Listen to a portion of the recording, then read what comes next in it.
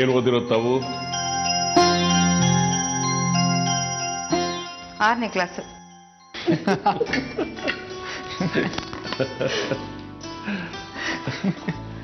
ಯಾಕೆಲ್ಲರೂ ನಗ್ತಾ ಇದ್ದೀರಾ? ಏನಾಯ್ತು? ಇದೇ ರೀತಿ ಕಾನ್ಫಿಡೆಂಟ್ ಆಗಿ ಉತ್ತರ ಕೊಡಬೇಕು ಕೋರ್ಟ್ನಲ್ಲಿ. ಯಾವುದೇ ರೀತಿಯಾದ ಹೆದರಿಕೆ ಹಿಂಜರಿಕೆ ಇರಬಾರ್ದು. ನಿಮ್ಮೂರು? ಸಾಕು, ಸುಮ್ಮನೆ ಇರು.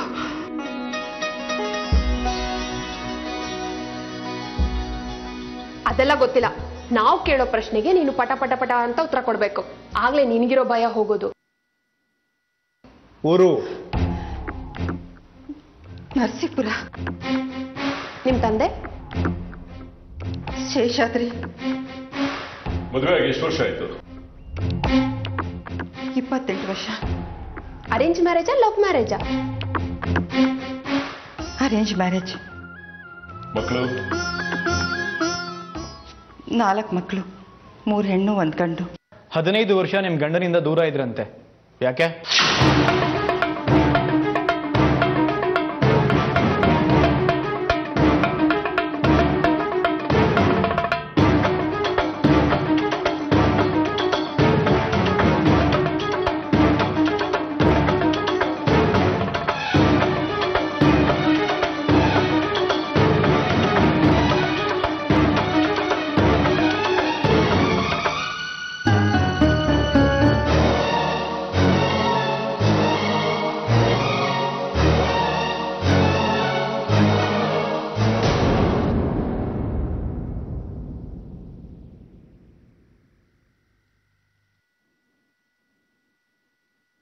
ಇಂಥ ಪ್ರಶ್ನೆ ಎಲ್ಲ ಕೇಳ್ತಾರ?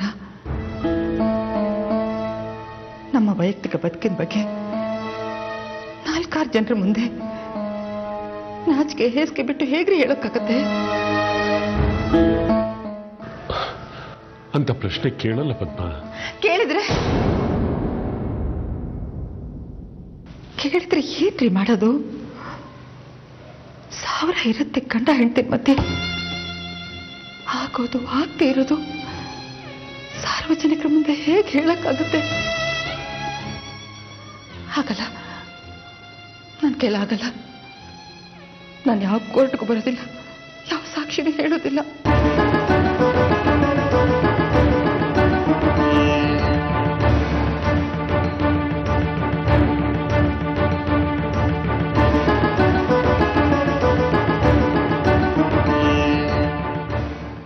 ವಿನುತನ್ ಬಗ್ಗೆ ಸ್ವಲ್ಪ ಯೋಚನೆ ಮಾಡಮ್ಮ. ಅವಳು ಜೈಲಲ್ಲೇ ಕೊಳಿಬೇಕಾ? ಮನೆಯವರಾಗಿ ನಾವೇ ಅವಳಿಗೆ ಸಪೋರ್ಟ್ ಮಾಡಲಿಲ್ಲ ಅಂದ್ರೆ ಬೇರೆ ಯಾರು ಮಾಡ್ತಾರೆ ಹೇಳು?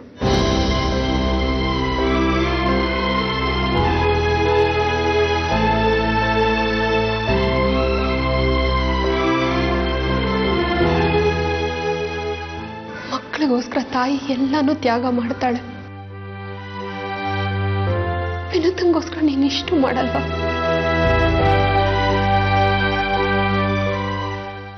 ನೀನ್ ಸಾಕ್ಷಿ ಹೇಳ್ಬೇಕಮ್ಮ. ವಿನುತ ಈ ಕೊಲೆ ಕೇಸಿಂದ ಬಚಾವಾಗ್ಬೇಕು. ನಿನ್ನ ಅಳಿಯ ನಿರಪರಾಧಿ ಅಂತ ಸಾಬೀತಾಗ್ಬೇಕು.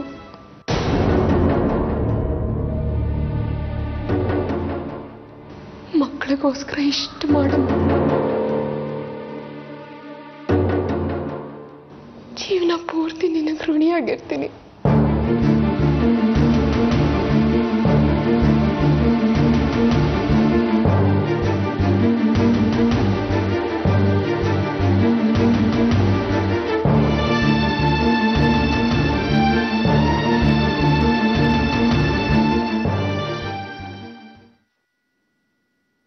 ಯಾರೇನೇ ಸಾಕ್ಷಿ ಹೇಳಿದ್ರು ಯಾವುದು ಪ್ರಯೋಜನಕ್ಕೆ ಬರಲ್ಲ ಭವ.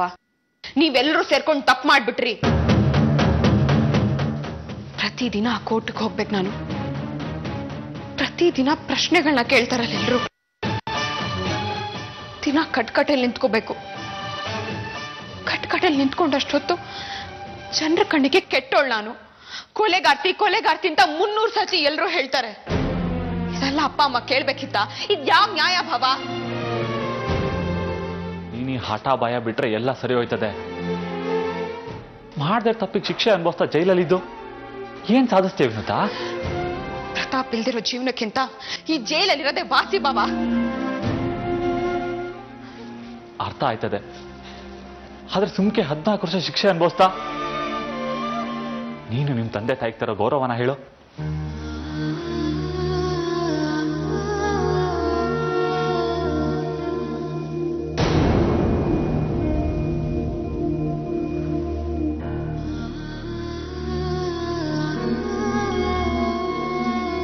ಹದಿನಾಲ್ಕು ವರ್ಷ ಆದ್ಮೇಲೆ ಒಂದಿನ ಆಚೆಗೆ ಬರ್ತೀಯ.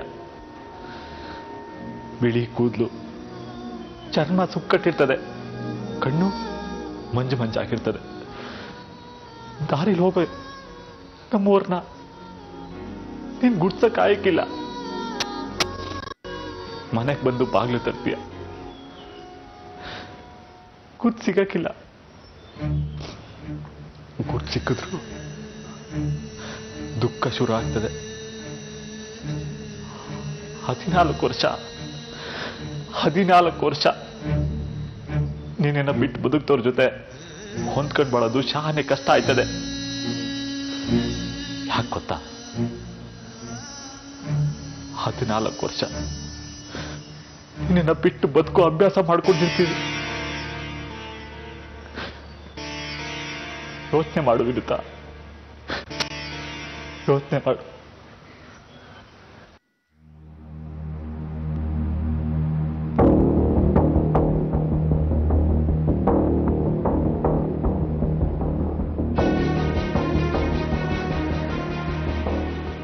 ನೀವ್ ಹೇಳಿದ್ ನಿಜ ಬಾಬಾ, ಒಪ್ಕೋತೀನಿ. ಆದ್ರೆ ಅಕ್ಕನ್ಗೆ ನಿಮ್ಮ ಅವಶ್ಯಕತೆ ಇದೆ. ಅವಳು ನೀವಿಲ್ದೆ ಹೇಗೆ ಬದುಕಬೇಕು ಹೇಳಿ? ನೀವು 14 ವರ್ಷ ಆದ್ಮೇಲೆ ಬಿಡುಗಡೆಯಾಗಿ ಹೋಗ್ತೀರಾ. ಅವಳಿಗಾಗ ಬಿಳಿ ಕೂದಲು ಬಂದಿರುತ್ತೆ,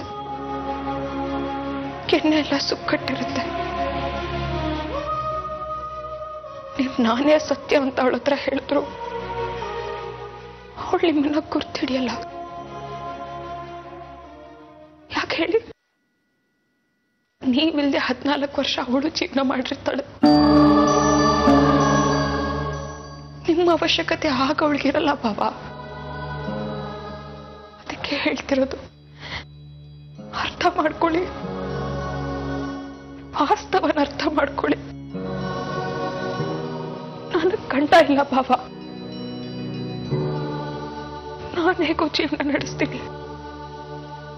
ಆದ್ರೆ ಅಕ್ಕನಿಗೆ ನೀವಿದ್ದೀರಾ, ನಿಮ್ಮ ಅವಶ್ಯಕತೆ ಅವಳಿಗಿದೆ ಬಾಬಾ.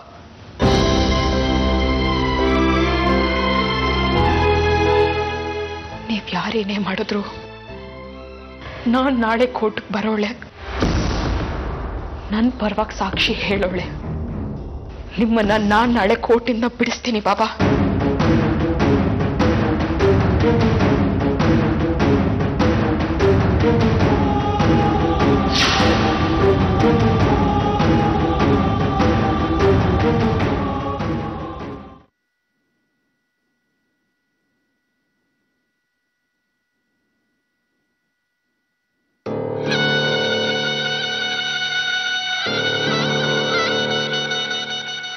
ನಾನ್ ಸಹಾಯ ಮಾಡ್ಲಾ? ಬೇಡಮ್ಮ, ನೀನು ಹೋಗಿ ಮಲ್ಕೋ. ಇದೇ ಗುಣ ನಿಮ್ಮಲ್ಲಿ ನನ್ಗಿಷ್ಟ ಆಗಿತ್ತು. ಏನು? ನೀವು ಯಾರ ಸಹಾಯನೂ ಬಯಸಲ್ಲ, ತುಂಬಾ ಸಾಧು. ಆದ್ರೆ ಇದನ್ನೇ ಕೆಲವರು ದುರುಪಯೋಗ ಪಡಿಸ್ಕೊಳ್ತಾರೆ, ನಿಮ್ಮನ್ನ ಕಷ್ಟಕ್ಕೆ ಸಿಕ್ಕಾಕಿಸ್ತಾರೆ. ಯಾರ ಬಗ್ಗೆ ಹೇಳ್ತಾ ಇದೀಯಾ? ತಪ್ಪು ತಿಳ್ಕೊಬೇಡಿ, ನಿಮ್ಮ ಮಕ್ಕಳ ಬಗ್ಗೆ. ನಾಳೆ ಕೋರ್ಟಲ್ಲಿ ಸಾಕ್ಷಿ ಹೇಳೋದಕ್ಕೆ ಹೋಗ್ತಾ ಇದ್ದೀರಾ. ಅಲ್ಲಿ 100 ಪ್ರಶ್ನೆಗಳನ್ನ ಕೇಳ್ತಾರೆ. ನಿಮ್ಮ ಮಕ್ಕಳನ್ನ ಉಳಿಸೋಕೆ ಆಗೋ ಅವಮಾನನ ಸಹಿಸ್ಕೋಬೇಕು. ಮಕ್ಕಳು ಮುಖ್ಯ ಅಲ್ವಾ? ಹಾಗೆ ಮಕ್ಕಳಿಗೂ ತಾಯಿ ಮುಖ್ಯ ಆಗ್ಬೇಕಲ್ವಾ?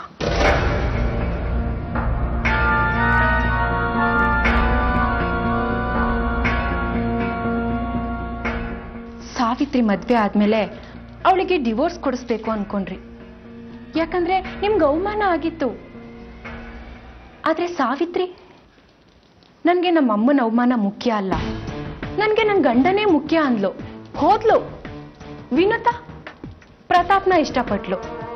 ನೀವದಕ್ಕೆ ವಿರೋಧಿಸಿದ್ರಿ. ಬೇಡ ಮಗಳೇ, ಅವನನ್ನ ಮದ್ವೆ ಆಗೋದು ಬೇಡ ಅಂದ್ರಿ. ಕೇಳಲಿಲ್ಲ. ನಿಮ್ಗಾಗೋ ನೋವು ಅವಮಾನನೂ ಲೆಕ್ಕಕ್ಕಿಡ್ದೆ ಮದ್ವೆ ಮಂಟಪದಿಂದ ಓಡ್ ಹೋದ್ಲು.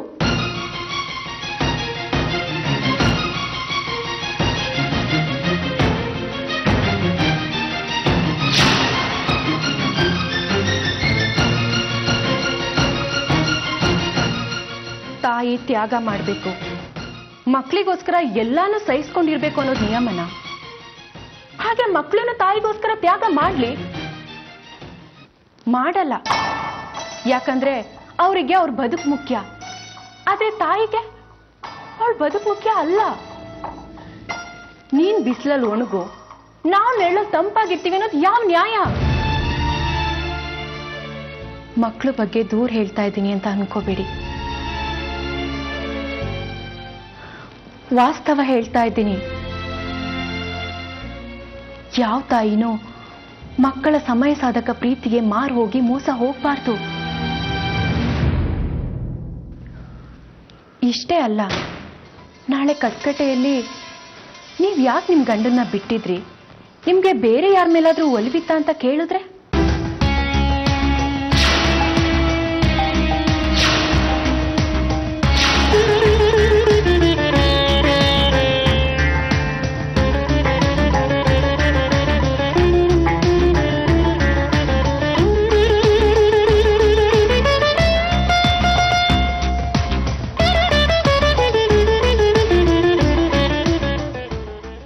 ನಾಲ್ಕು ಗೋಡೆ ಮಧ್ಯೆ ನಿಮ್ ಸೊಸೆ ಪ್ರಶ್ನೆ ಕೇಳ್ದಾಗ್ಲೇ ನಿಮಗ್ ಸಹಿಸ್ಕೊಳಕ್ಕಾಗದೆ ಕಣ್ಣಲ್ಲಿ ನೀರು ಬಂತು. ನಾಳೆ ಕೋರ್ಟಲ್ಲಿ 4-6 ಜನರ ಮುಂದೆ ಈ ಪ್ರಶ್ನೆಗಳನ್ನ ಕೇಳಿದಾಗ ಹೇಗಿರುತ್ತೆ ಅಂತ ಊಹೆ ಮಾಡ್ಕೊಳ್ಳಿ.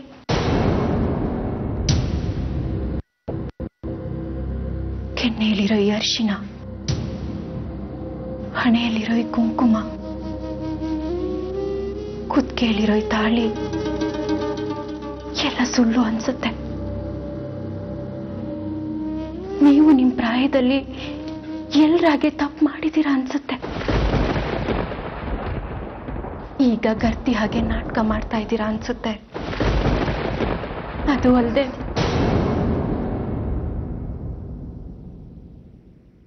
ನಾನೊಬ್ಳೇ ಇರಬೇಕು. ನೀನು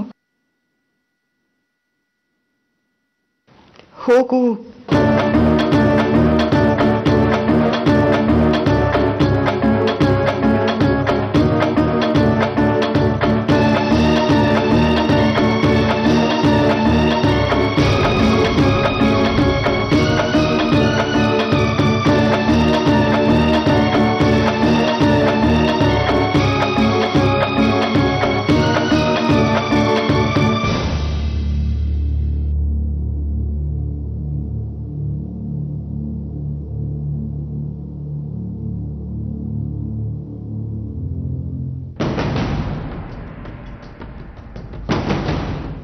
ಫೈನ್. ಮುಖ ತುಂಬ ಅರ್ಶನ ಪಡ್ಕೊಂಡು ತಲೆ ತುಂಬ ಹೂವು ಮುಡ್ಕೊಂಡ್ಬಿಟ್ಟು ಮುಂಗೈಯಿಂದ ಬುಯ್ದವರೆಗೂ ಬಳೆ ತೊಟ್ಕೊಂಡು ಮನೆಗಿದ್ದು ಬಿಡಿ. ಇಲ್ಲಿಗೆ ಯಾಕೆ ಬರ್ತೀರಿ? ಯಾಕ್ರಿ ಭಯ? ಯಾಕ್ರಿ ವಾಪಸ್ ಹೋಗ್ತೀರಿ ಮನೆಗೆ? ಮಗಳು ಬೇಡವಾ ನಿಮ್ಗೆ? ಸರ್, ಬೇಜಾರು ಮಾಡ್ಕೋಬೇಡಿ ಸರ್, ನಂಗೆ ತುಂಬಾ ವಸ್ತು ಇದೆಲ್ಲ. ನೋಡದೇ ಇರೋದು ಮಾಡದೇ ಇರೋದನ್ನ ಕಂಡ್ರೆ ಭಗವಂತನಿಗೂ ಅದು ಹೊಸ ಅನುಭವನೇ. ಗೆಲ್ಲಬೇಕು ಅಂದ್ರೆ ಅದರ ತಲೆ ಮೇಲೆ ನಿಂತು ಹೆದರ್ಸ್ಬೇಕು, ತಿಳ್ಕೊಳ್ಳಿ. ಹಾಗಲ್ಲ ಸರ್, ಏನಾದ್ರೂ ಕೇಳಬಾರ್ದು ಕೇಳ್ಬಿಟ್ರೆ ಅಂತ ಭಯ ಅಷ್ಟೇ. ಒಂದು ಸಿನಿಮಾ ನೋಡಿದ್ದೆ, ಅದರಲ್ಲಿ ಯಾವ ಕಲರ್ ಬ್ಲೌಸ್ ಹಾಕೊಂಡಿದ್ದೀರಾ ಅಂತ ಕೇಳ್ಬಿಟ್ರು. ರೀ, ನಾನು ಡೈರೆಕ್ಟ್ರು ಅಲ್ಲ, ನೀವು ಹೀರೋಯಿನ್ನು ಅಲ್ಲ, ಸಿನಿಮಾ ಶೂಟಿಂಗು ನಡೀತಾ ಇಲ್ಲ ಇಲ್ಲಿ. ಪ್ರಶ್ನೆಗಳನ್ನ ಕೇಳ್ದಿರೋ ತರ ದಯವಿಟ್ಟು ನೀವೇ ನೋಡ್ಕೋಬೇಕು. ಸಾವಿತ್ರಿ, ಏನ್ರಿ ಇದು? ನಿಮ್ ತಂಗಿ ನೋಡಿದ್ರೆ ಪೊಲೀಸ್ ಮುಂದೆ ಹೇಳಿಕೆ ಕೊಟ್ಟಿದ್ದಾಳೆ, ಜಡ್ಜ್ ಮುಂದೆ ಮಾಡದಿರೋ ತಪ್ಪನ್ನು ಒಪ್ಕೊಂಡಿದ್ದಾಳೆ. ನಿಮ್ಮಮ್ಮ ಭಯದಿಂದ ಭರತನಾಟ್ಯ ಮಾಡ್ತಾ ಇದ್ದಾರೆ. ದಿವಸ ಒಬ್ಬೊಬ್ರದ್ದು ಒಂದೊಂದು ಗೋಳಲ್ರಿ. ಇವ್ರು ನೋಡಿದ್ರೆ ಹಿಂಗೆ, ನೀವು ನೋಡಿದ್ರೆ ಕೈ ಮುಗಿತೀರಿ, ಕಾಲಿಗೆ ಬೀಳ್ತೀರಿ. ಅಪ್ಪ ದೇವ್ರೆ. ಸರ್, ದಯವಿಟ್ಟು ಕೋಪ ಮಾಡ್ಕೋಬೇಡಿ. ನಮ್ಮಮ್ಮ ಮರ್ಯಾದೆಗೆ ತುಂಬಾ ಹೆದರ್ತಾರೆ. ನೋಡಿ, ನಾನು ಹೇಳೋದನ್ನ ಗಮನ ಇಟ್ಟು ಕೇಳಿಸ್ಕೊಳ್ಳಿ. ಅವರೇನೇ ಪ್ರಶ್ನೆ ಕೇಳಿ ನಿಮ್ಮ ಉದ್ದೇಶ ನಿಮ್ಮ ಮಗಳನ್ನ ಕಾಪಾಡೋದಾಗಿರ್ಬೇಕಷ್ಟೇ, ಭಯಪಟ್ಕೊಳ್ಳೋದಲ್ಲ. ವಸುಂಧರೇನು ಹುಲಿನೇನ್ರಿ? ಯಾಕ್ರಿ ಇದ್ದಿರ್ತೀರಿ? ನೋಡ್ರಿ, ಧೈರ್ಯ ಕಳ್ಕೋಬೇಡಿ. ಹುಡುಗಾಟ ಅಲ್ಲ. ನೀವು ವಿನೂತ ತಾಯಿ ಕಣ್ರಿ. ಪ್ರತಿಯೊಬ್ಬ ಹೆಣ್ಮಕ್ಳನ್ನ ಪ್ರೊಟೆಕ್ಟ್ ಮಾಡೋದು ತಾಯಿಯಾದವಳ ಕರ್ತವ್ಯ, ತಿಳ್ಕೊಳ್ಳಿ. ನೀವು ಮೇನ್ ವಿಟ್ನೆಸ್. ನೀವು ಸರಿಯಾದ ಸಾಕ್ಷಿ ಹೇಳಲಿಲ್ಲ ಅಂದ್ರೆ ಈ ಕೇಸ್ಗೆಲ್ಲ ತುಂಬಾ ಕಷ್ಟ ಆಗುತ್ತೆ ಕಣ್ರಿ. ಹೇಳಿದ್ದೀನಿ ನೋಡ್ರಿ.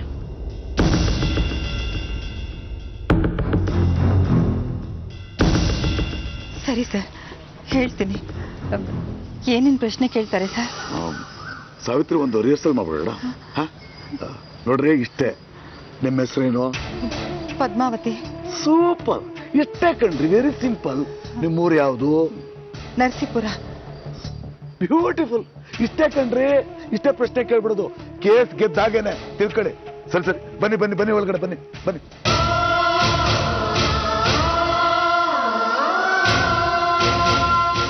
ಸಾವಿತ್ರಿ, ಒಳಗಡೆ ಪ್ರಶ್ನೆ ಕೇಳಿದಾಗ ನೀನು ತೊದಲ್ಬೇಡಮ್ಮ. ವಿನುತಾ ಇರ್ತಾಳೆ. ನೀನು ಅಸಹಾಯಕಳಾಗ್ಬಿಟ್ರೆ ನಾವೀ ಕೇಸ್ ಗೆಲ್ಲೋದು ಕಷ್ಟ ಆಗುತ್ತೆ. ವಿನುತಾಗೋಸ್ಕರನಾದ್ರೂ ಧೈರ್ಯ ತಂದ್ಕೊಮ್ಮ. ಸರಿ, ಬಾ.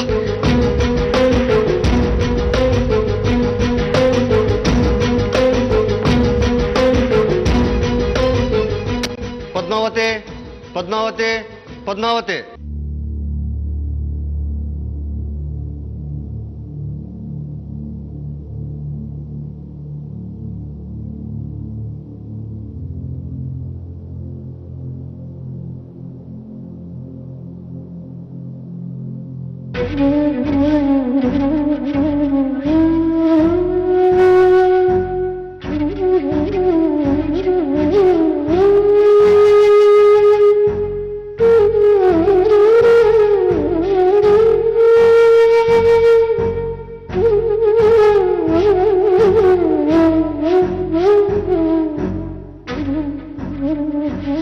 ನಮಸ್ಕಾರ.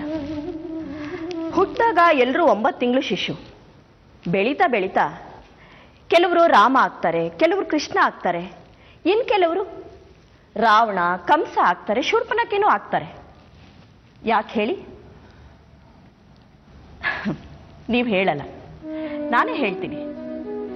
ತಂದೆ ತಾಯಿಗಳು ಮಕ್ಕಳನ್ನ ಬೆಳೆಸೋ ರೀತಿ, ಮಕ್ಕಳ ಸುತ್ತ ಸೃಷ್ಟಿ ಮಾಡೋ ಪರಿಸ್ಥಿತಿ, ಪರಿಸರಕ್ಕೆ ಸಿಕ್ಕು ರಾಮ ರಾವಣ ಆಗ್ತಾರೆ ಅಲ್ವಾ? ನಿಮ್ಮ ಮಗಳು ವಿನೂತನ ಬಗ್ಗೆ ನಿಮಗೆ ತುಂಬಾ ಸಿಟ್ಟಿದೆ ಅಲ್ವಾ? ತೊಟ್ಲು ತೂಗಿದ ತಪ್ಪಕ್ಕೆ ಕಟ್ಕಟ್ಟೆಯಲ್ಲಿ ನಿಲ್ಸಿದ್ಲು, ಕೋರ್ಟ್ ಮೆಟ್ಲು ಹತ್ಸಿದ್ಲು ಅಂತ. ನಾನೀಗೊಂದು ಕೋಲ್ ಕೊಟ್ರೆ ನೀವು ಅವಳನ್ನು ಹೊಡೆದೇ ಬಿಡ್ತೀರಿ ಅಲ್ವಾ?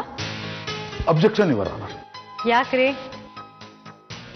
ರಾನರ್, ಬರೀ ಇರ್ಲೆವೆಂಟ್ ಪ್ರಶ್ನೆಗಳು, ವೇದಾಂತಗಳು, ಭಾಷಣಗಳು ಇಲ್ಲ ಯುವರ್ ಆನರ್. ಈ ಕೇಸಿನ ಕಗ್ಗಂಟನ್ನ ಎಳೆ ಎಳೆಯಾಗಿ ಬಿಡಿಸ್ಬೇಕು ಅಲ್ವಾ? I am trying. Objection overruled. Much obliged your honour.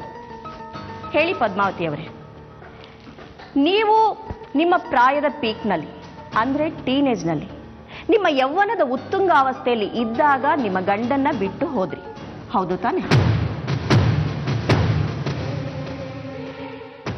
ಹೌದು. 3 ಜನ ಹೆಣ್ಮಕ್ಳು, ಹೆಗ್ಲ ಮೇಲೆ 2, ಕಂಕ್ಳಲ್ಲೊಂದು, ಯೌವನ ಬೇರೆ, ರೇಪಿಸ್ಟ್ಗಳಿರೋ ಸಮಾಜ, ಗಂಡನ ಆಶ್ರಯ ಇಲ್ಲ, ವರದಕ್ಷಿಣೆ ಕಿರುಕುಳ ಇತ್ತಾ? ಇಲ್ಲ. ನಿಮ್ ಗಂಡನ ದೈಹಿಕ ಸಾಮರ್ಥ್ಯದಲ್ಲಿ ಏನಾದ್ರೂ ಕೊರತೆ? ಇಲ್ಲ. ಮತ್ತ್ಯಾಕೆ ನಿಮ್ ಗಂಡನ ಬಿಟ್ಟು ಹೋದ್ರು? ನಮ್ಮಿಬ್ಬರ ಮಧ್ಯೆ ಮಾನಸಿಕ ಸಮಸ್ಯೆ ಇತ್ತು, ಹೊಂದಾಣಿಕೆ ಇರಲಿಲ್ಲ. 15 ವರ್ಷ ಅಲ್ವಾ ನೀವು ನಿಮ್ ಗಂಡನ ಬಿಟ್ಟಿದ್ದು? ಹೌದು. ನಂಜುಂಡ ಅವ್ರನ್ನ ಬಿಟ್ಟ ಮೇಲೆ ನೀವು ಎಲ್ಲಿ ಹೋದ್ರಿ? ನನ್ನ ತಂದೆ ಮನೆಗೆ. ನೀವು ಹೋದ್ಮೇಲೆ ಅಲ್ವಾ ನಿಮ್ ತಂದೆಗೆ ಲಕ್ವ ಹೊಡೆದಿದ್ದು? ಹೌದು. ಗಂಡ ಇಲ್ಲದೆ 3 ಜನ ಮಕ್ಕಳನ್ನ ಹೇಗ್ ಸಾಕಿದ್ರಿ? ಅವ್ರು ಓದು, ಬಟ್ಟೆ ಬರೆ, ದೊಡ್ಡೋಳಾದಾಗ ಬರೋ ಖರ್ಚು. ನನ್ನ ತಂದೆ ಮನೆ ಕಡೆ ಪರವಾಗಿರ್ಲಿಲ್ಲ. ನನಗೂ ನನ್ನ ಮಕ್ಕಳಿಗೂ ನನ್ನ ತವ್ರ ಮನೇಲೆ ಆಸರೆ ಆಯ್ತು. ಈ 15 ವರ್ಷದಲ್ಲಿ ನಿಮ್ ಗಂಡ ಬೇಕು, ಅವ್ರನ್ನ ನೋಡ್ಬೇಕು ಅಂತ ಯಾವತ್ತೂ ನಿಮ್ಗೆ ಅನ್ಸ್ಲಿಲ್ವಾ? ಇಲ್ಲ. ನಿಮ್ ಗಂಡನ್ಗೆ ಬೇರೆ ಯಾವ್ದಾದ್ರು ಅಫೇರ್ ಅಂದ್ರೆ ಬೇರೆ ಹೆಂಗಸಿನ ಸಹವಾಸ?